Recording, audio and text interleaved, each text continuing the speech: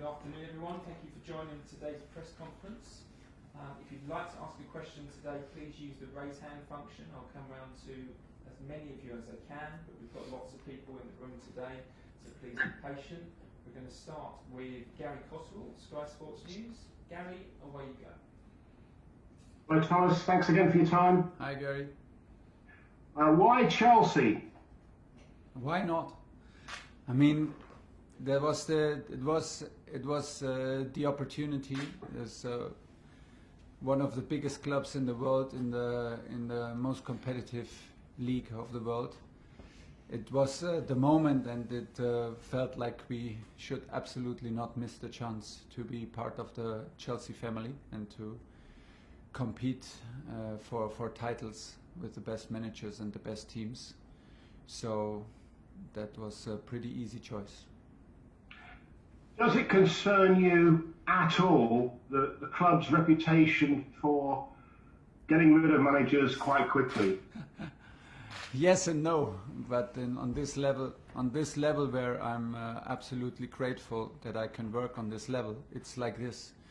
If you sign in for Chelsea, you sign in for the hunger of titles. You sign in for being absolutely competitive in every competition you play.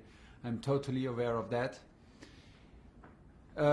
Yeah, it is like you said, but it does not scare me. We have big ambition. Me myself, I have biggest ambitions. I'm very excited about the mixture of the team. I'm very excited about the structure of the club, and the first days were amazing. And yeah, I'm absolutely aware that at some point everybody expects results, but honestly, I'm doing that of myself all the time. You're a extremely experienced coach. You've won many things. You seem like a nice guy. Are you concerned at all that there might be a fan backlash, because Frank Lampard is obviously a legend at the club? Yeah. A fan backlash, I don't know. I hope not, because that would be hard on the team, because we need our supporters like any team, and in a stadium like ours, and in a club like ours, like Chelsea, to have the fans so close and so close behind the team, it makes really the difference. I can absolutely assume that it's a big disappointment for the fan base to see that Frank was sacked. I have, and I said this in the first statement, and I can only repeat, I have the biggest respect. I was a huge fan of Frank as a player. It was a pure joy to watch him play and to see him, how he played, with what personality he played. He was one of the key figures to demonstrate in 90 minutes what Chelsea is about intensity, about devotion, about winning mentality. And so I have the biggest respect for him personally and for his legacy. It just got bigger when I received a message today in the morning, and to a personal message to wish me all the best, and maybe meet in the future when this is possible. So honestly, nothing has changed there.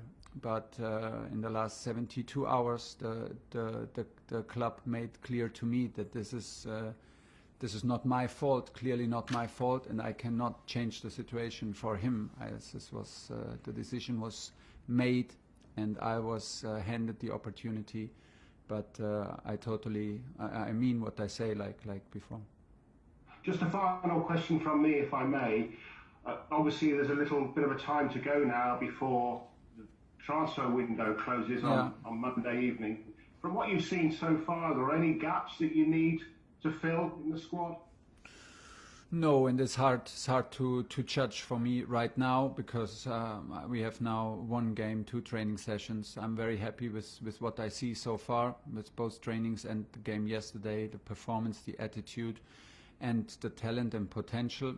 I think we have, the squad is not too big.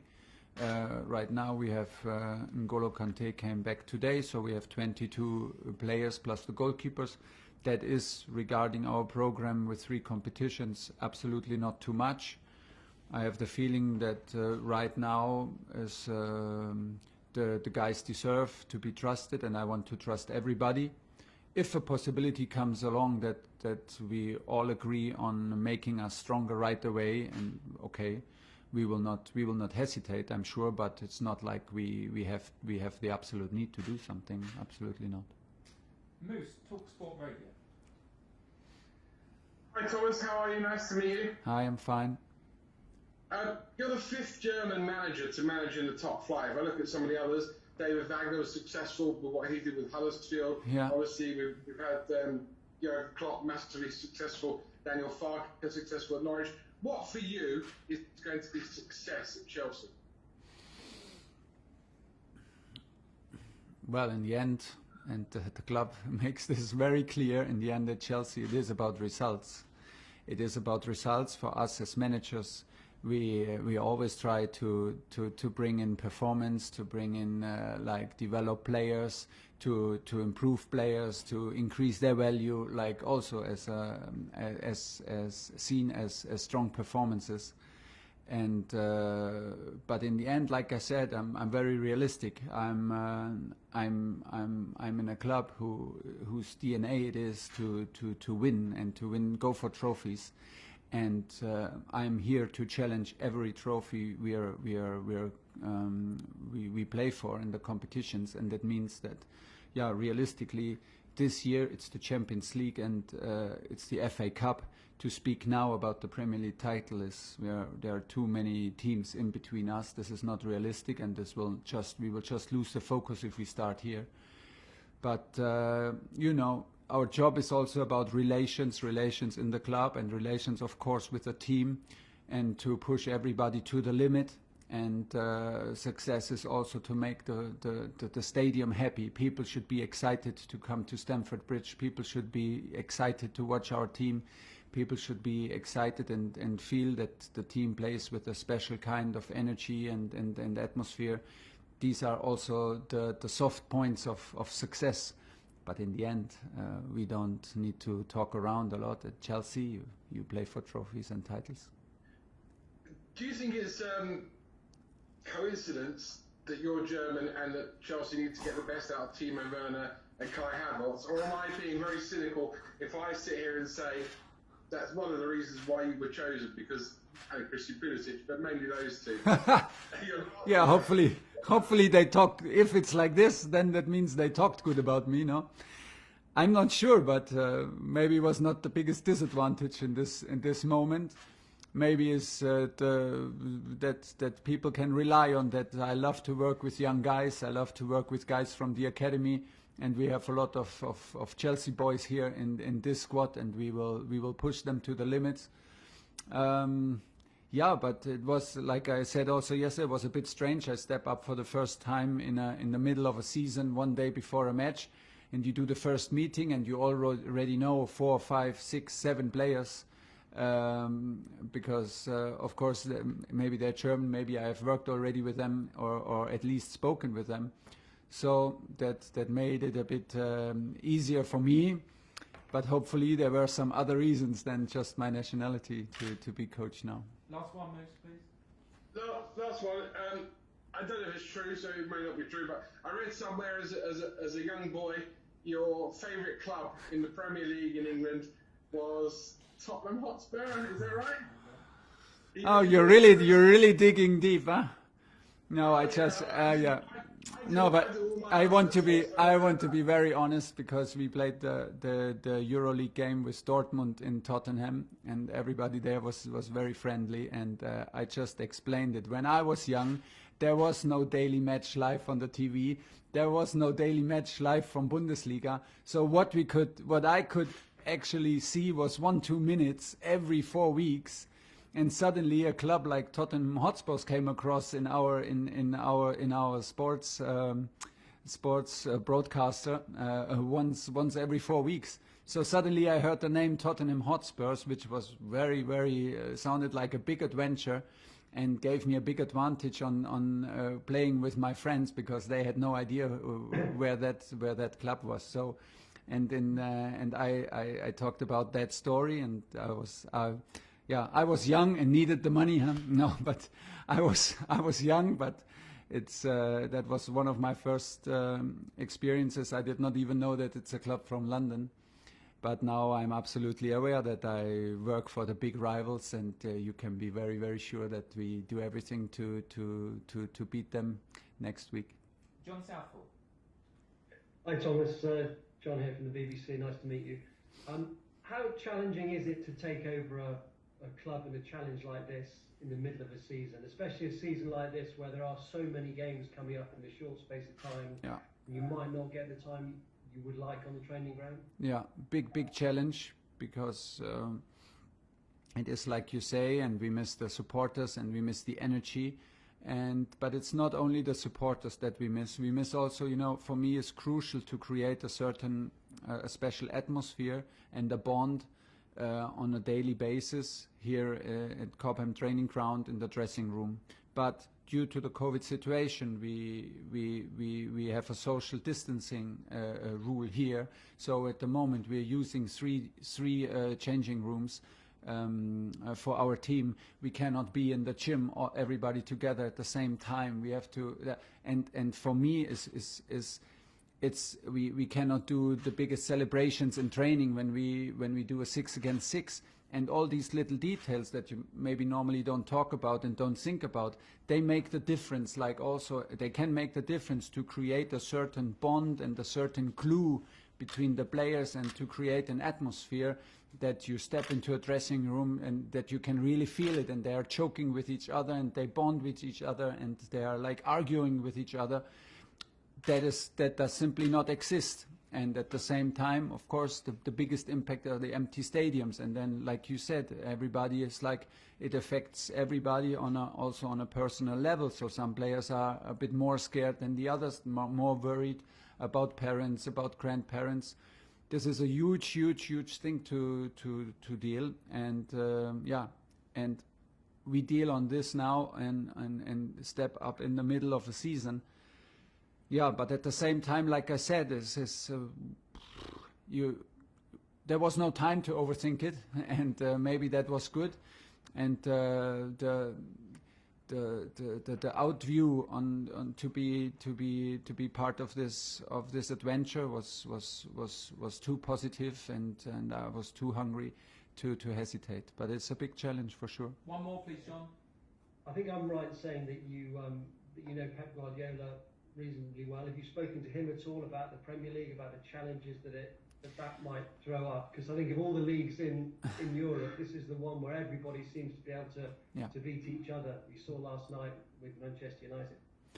Yeah, absolutely. I spoke with Pep a lot since he works here. I followed, of course, the Premier League very closely from Germany and from France. This is absolutely clear, because this is the benchmark of leagues. We could see yesterday on a physical level, on the level of athleticism and devotion and a completely different level that we are used to. I love it because it brings out the best in us coaches. I love it because it brings out the best in our players. I truly believe in that. And for me personally, this is something to step up and to compete against the best coaches in the world brings out the best in me, and I want to be ready for that. And I'm very positive about it, and it's a big challenge. Lindsay Hooper. Hi Thomas, Hi. I'm Lindsay from Premier League Productions. You made 3 changes to the game against Wolves, and you brought in experienced players, Giroud, Azpilicueta and Jorginho to start. I wondered whether fans should read much into that and the direction that you might want to go in. No. That was, first of all, it was a totally unfair lineup, because I had no reason for any of the players who did not start.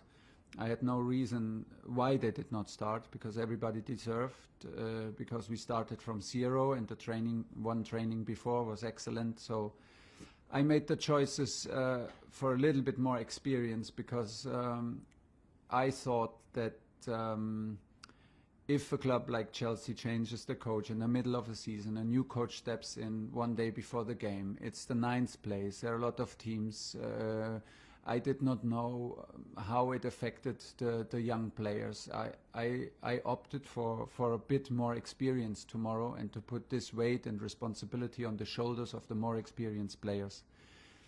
Not of any trust issues, and if you know my reputation and if in my last clubs, I will push every youngster to be ready. And what I saw also today in training from the guys who did not play, I have absolutely zero doubts that we have 21 players who are absolutely ready to play for Chelsea in Premier League and win games for us.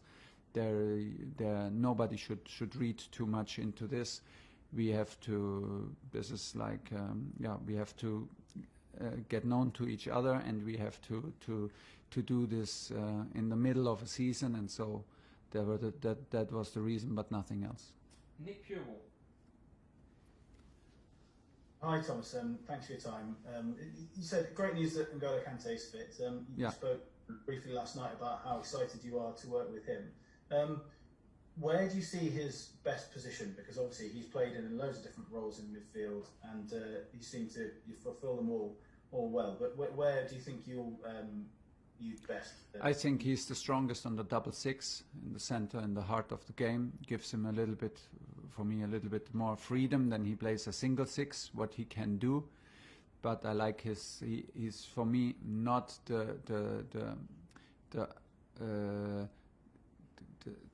his strength is not to be the to care. Turn it around. For me, he's a 6 because we can use his energy, and we can use his range, his volume in his game, his ability to recuperate and recover balls everywhere on the pitch. For me, he's a guy who's a big helper for everybody, with a big potential, with a mentality of a helper, of a water carrier, but at the same time a world-class player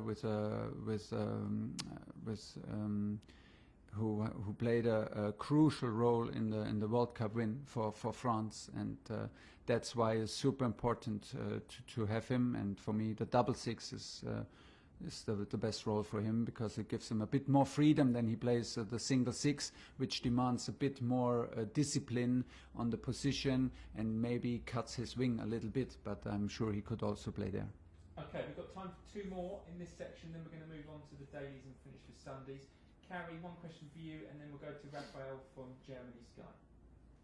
Hi Thomas, Carrie here from beIN Sports. I have to ask you 2 questions in one then, apologies.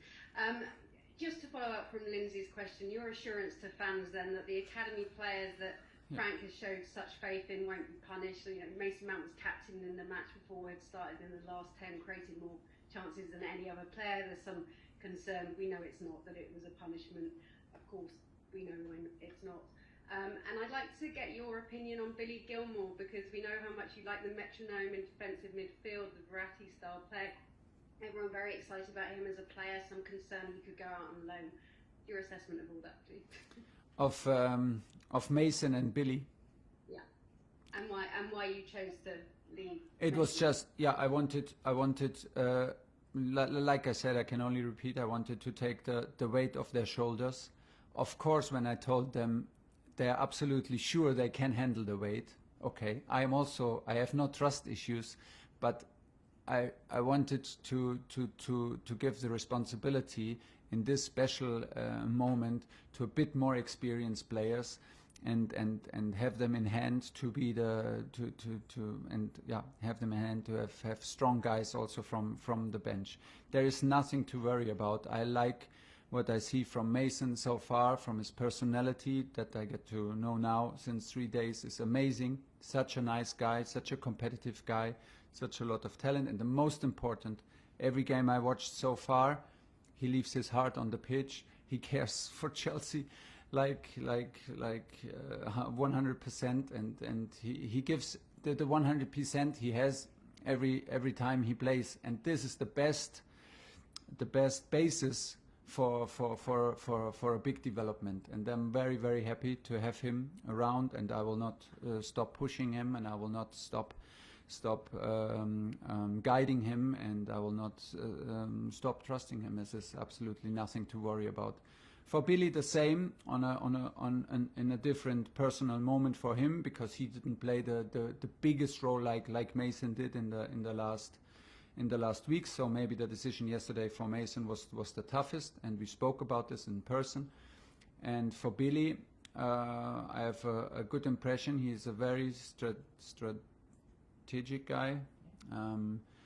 The very, very high level of game understanding, very, very, very good in the first contact, very, very clever in positioning.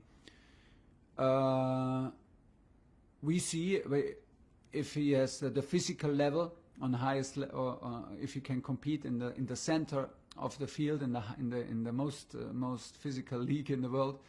We will see that, but he is super quick. He is super fast with his feet, super fast in decision making, and very, very, very, very good in positioning, like I said. So for me, we have right now 21, 22 field players available, play in 3 competition. There is absolutely no need that we have to get rid of players. Last question in this section, Raphael from Sky Germany. Hallo Thomas, Hallo. Nach Danke. In welcher physischen und psychischen Verfassung haben Sie die Mannschaft am Dienstag vorgefunden? Zuletzt hatte Chelsea etwas müde gewirkt, auch vielleicht ein bisschen verunsichert. Ja. Und dann anschließend, welche Erkenntnisse konnten Sie seitdem gewinnen, auch in Hinsicht auf Ihre Pläne für Timo Werner? Also physisch, gut, das, was man dann nachher physisch sieht, hat ja oft auch seine Ursache im Psychischen, dass jemand eigentlich, dass jemand von allen Werten her fit ist, aber einfach nicht zeigen kann, gehemmt wirkt oder vielleicht einen Tick das zu sehr will oder zu verbissen ist. Ich bin sehr, sehr positiv überrascht und extrem angetan von der Intensität im Training, von der Intensität gestern im Spiel.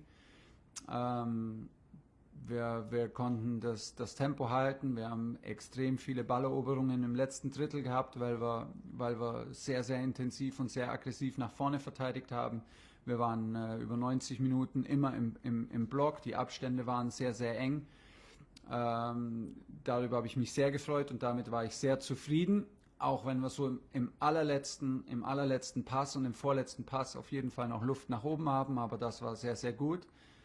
Für die Pläne mit Timo ist natürlich klar, dass Timo ein bisschen leidet, ein bisschen hadert, er an allererster Stelle. Und ich glaube, das Wichtigste ist, so wie jeder Spieler unterschiedlich ist, aber so wie ich Timo kenne und ihn jetzt natürlich noch besser kennenlerne, ich glaube, er braucht jetzt einfach viel Zuspruch, viel Vertrauen in seine Qualität, und wir brauchen auch eine gute Position für ihn, dass er so ein bisschen zwischen dem linken Flügel und zwischen dem Mittelstürmer in der letzten Linie spielen kann, dass wir ihn dort in Geschwindigkeit hinter die letzte Linie bringen. Und dafür braucht er einfach auch wieder Zutrauen und ein Lächeln und dass er sich das alles nicht zu sehr zu Herzen nimmt, dass er selber nicht trifft. Und er hat noch einen Elfmeter jetzt leider verschossen im letzten Pokalspiel. Das hilft dann natürlich auch nicht. Die Stürmer sind sensibel und brauchen Erfolgserlebnisse. Aber die Mannschaft war sehr offen, sehr positiv. Ich habe das gestern auch bei den Kollegen erwähnt. Die Jungs, die von der Bank kamen, hatten einen sehr, sehr guten Input in unser Spiel. Und die Jungs, die auch auf der Tribüne sitzen geblieben sind, ich habe sie einfach immer gehört, bei jeder Torchance, bei jedem Zweikampf mitcoachen. Die haben mitgecoacht, die haben mitgefiebert. Und das ist ja, so simpel sich's anhört, es ist halt dann am Ende das, was du brauchst. Wenn alle nur hinten auf der Tribüne sitzen und hoffen, dass der auf der Position schlecht spielt, dann wird es nicht funktionieren. Sondern wir müssen das auf jeden Fall herstellen, dass das jeder möchte, weil er weiß, wenn wir die Ergebnisse haben, wenn alle gut spielen, geht es jedem Einzelnen auch besser. Aber das sind wir gewohnt, auch auf einer täglichen Basis und wie wir miteinander umgehen und wie wir miteinander trainieren, herzustellen. Aber es ist alles sehr, sehr schwer, weil wir gerade in drei Umkleidekabinen uns umziehen. Im Stadion sind wir in 3 Umkleidekabinen. So das, was du eigentlich möchtest und zumal der Klebstoff entsteht, das hast du alles nicht. Und dann am Ende gehst du noch in ein leeres Stadion. So deshalb ist alles ein bisschen erschwert, aber am Ende kein Problem, weil wir sind auf dem Platz zusammen und das macht extrem viel Spaß bisher. Okay, that's the end of the broadcast section.